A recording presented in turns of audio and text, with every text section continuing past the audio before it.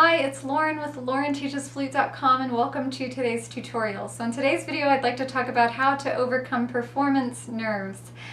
So in this video I'm going to be sharing tips that have helped me in the past and continue to help me, as well as many of my students, overcome this problem which everyone has to deal with from time to time.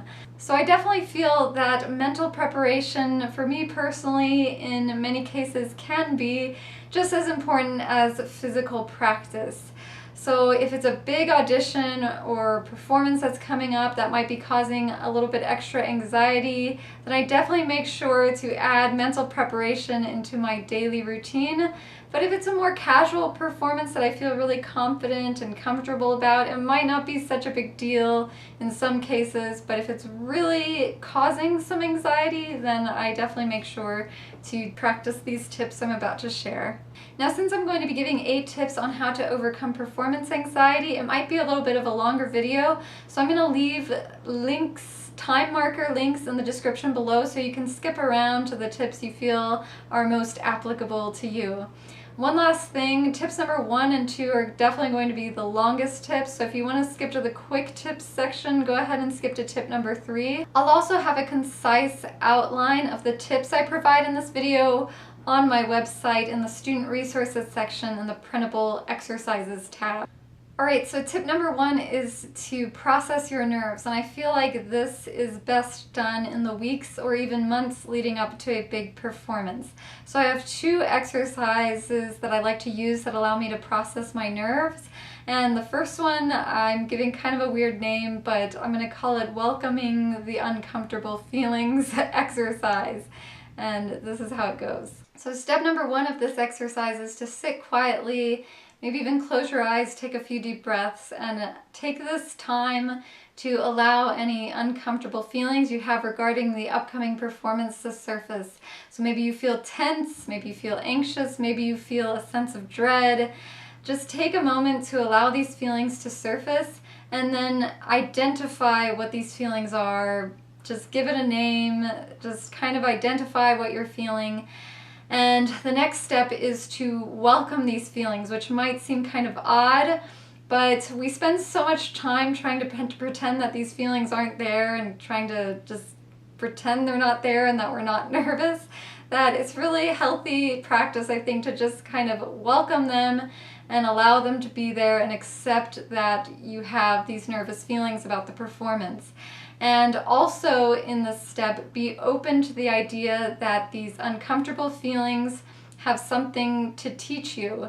So for example, one example might be maybe these feelings are there to show you an untrue story you might be telling yourself around the audition, or an unrealistic expectation you have on yourself that might be causing you excess anxiety. It's normal to feel a little anxious in these kinds of things, but maybe some kind of story you might be telling yourself might be causing extra nerves and anxiety towards the performance. So after you welcome the feelings and be open to the idea of learning from these feelings, the next step is to ask yourself, can you imagine, just imagine, letting these feelings go? And any answer is okay. But if you can, just imagine letting these feelings go for a moment, then you can move on to the next step, which is asking, could you let these feelings go? Could you actually do it? And any answer is okay, and take all the time you need without trying to change anything or force anything.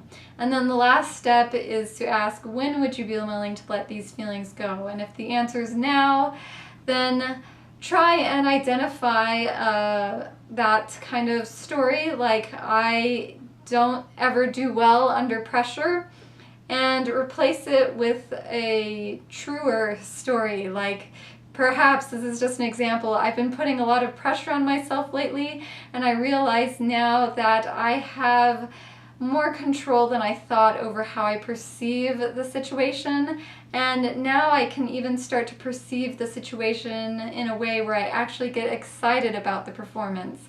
So you change it from one kind of limiting kind of story to a more empowering one. So I like to use this process to do that, but also to allow myself to just go ahead and feel nervous for a period of time. The second exercise I like to do, I'm going to call stopping the cycle of worry exercise. So it starts, you can take a piece of paper and a pen and write down all the things about the upcoming performance that you have that are making you nervous. Perhaps someone is going to be in the audience that's making you nervous. Perhaps there's a particular passage that you're worried about playing and worried about how it's going to go. Just write down everything that's making you nervous or causing you any anxiety and list it on a piece of paper. The next step is to sit quietly, relax, and take a few breaths.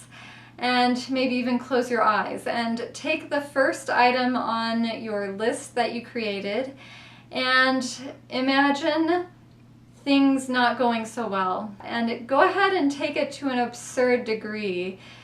Imagine like one of the worst case scenarios for this exercise until no matter what you do or how hard you try, the only emotion you feel towards this scenario you're thinking out in your head is neutral. So many times we can have something we think about, and as soon as we think about it, we have an emotional charge to it. Like automatically when you think of that person coming to your recital or whatever, that's just an example, but if you're thinking of that person, you automatically get nervous.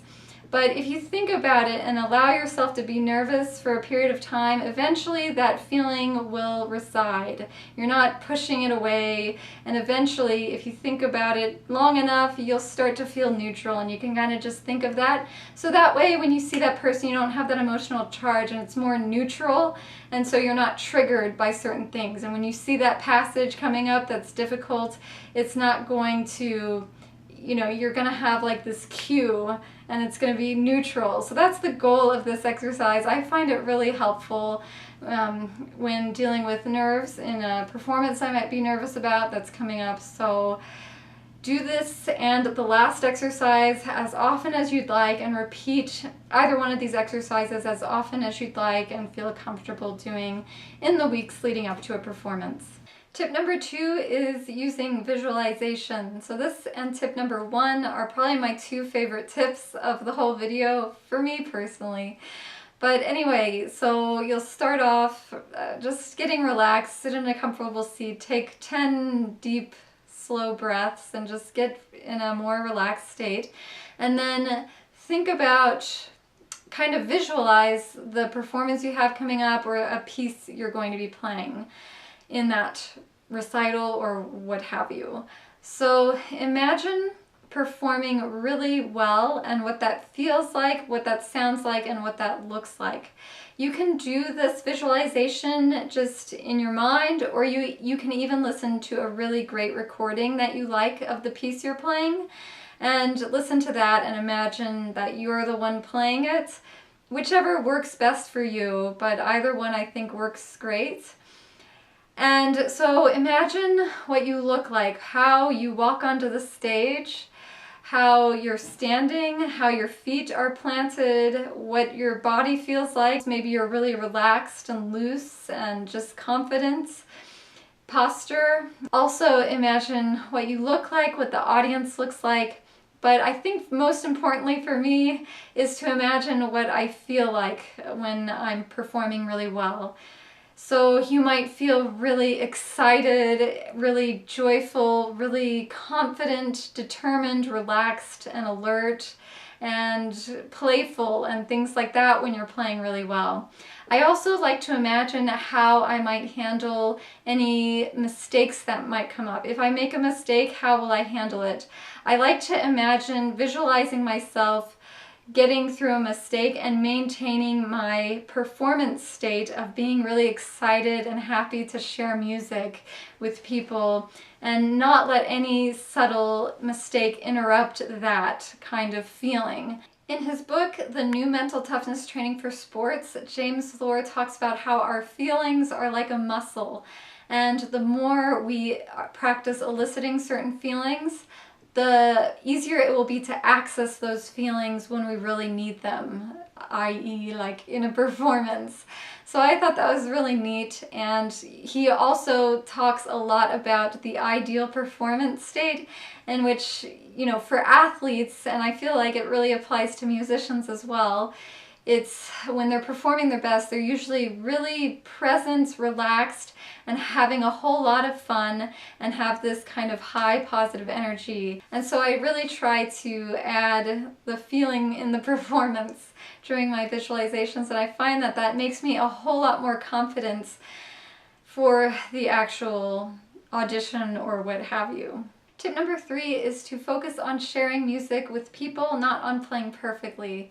So it can be really fun to focus on the characters and the story and the mood of the music, and sharing that with the people that you're playing for. Sometimes I even like to imagine that I'm telling a really exciting story to my listeners, because you kind of are, in a way. You're just not using words.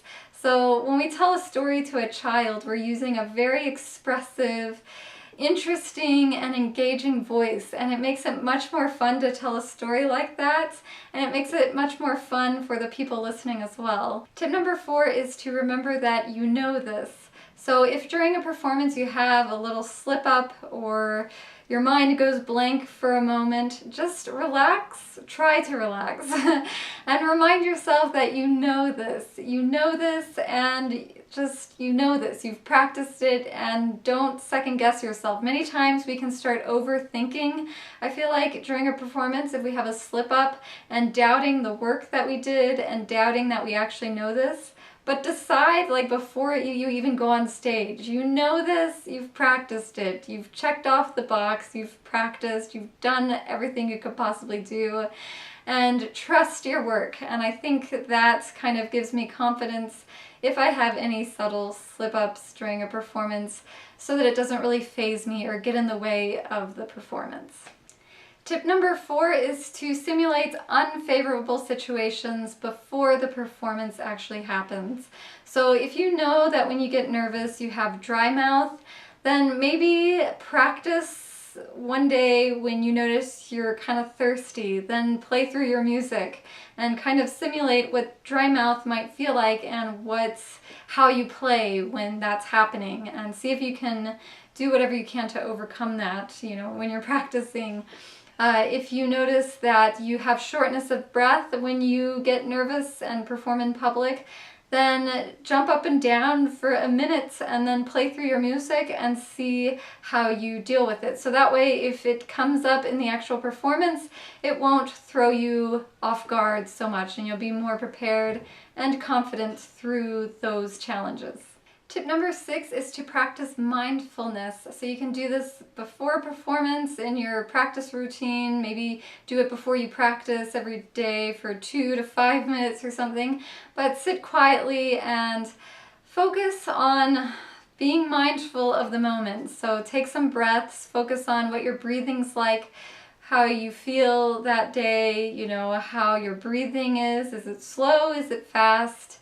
Just focus on the present. Some people just like to focus on their breath for a few minutes and then go into your practice, and carry that alertness and that focus into your practice. Notice how your tongue feels when you're tonguing fast passages. Notice how it feels to play high notes, and just observe things. And also carry this alertness into the performance. You know, how is the flutes fitting together with the piano part? How does it sound together? How does it feel to play loud, and how is the balance? And just observe and be alert and aware of everything that's going on. And I feel like worrying begins when we focus on what happened in the past or what's coming up in the future. But when we're really and truly enjoying ourselves and having fun and things like that, we're usually pretty present. So another way to be present is just to totally enjoy what's going on and what's happening in the performance. But also practicing these mindfulness techniques, I think, can be very beneficial as well. Tip number 7 is to practice mock auditions. So do these practice performances for friends, family, maybe even colleagues, and gather the information you learn from that kind of mock performance and see how you can maybe target your weaknesses in that performance and find out how you can strengthen those once the actual official audition or performance arrives. And finally, the last tip that I'm going to share, tip number 8, is to read. There's so many helpful books out there that have lots of helpful information on how to overcome and deal with performance jitters and things like that. And my 3 favorite books at this time have to be Mental Toughness Training for Sports by James Lohr, The New Mental Toughness Training for Sports by James Lohr. Very similar titles, but totally new information in the second book. So I really love both of those. And I also like this new book that came out last year called 6 Weeks to Finals by Sharon Sparrow.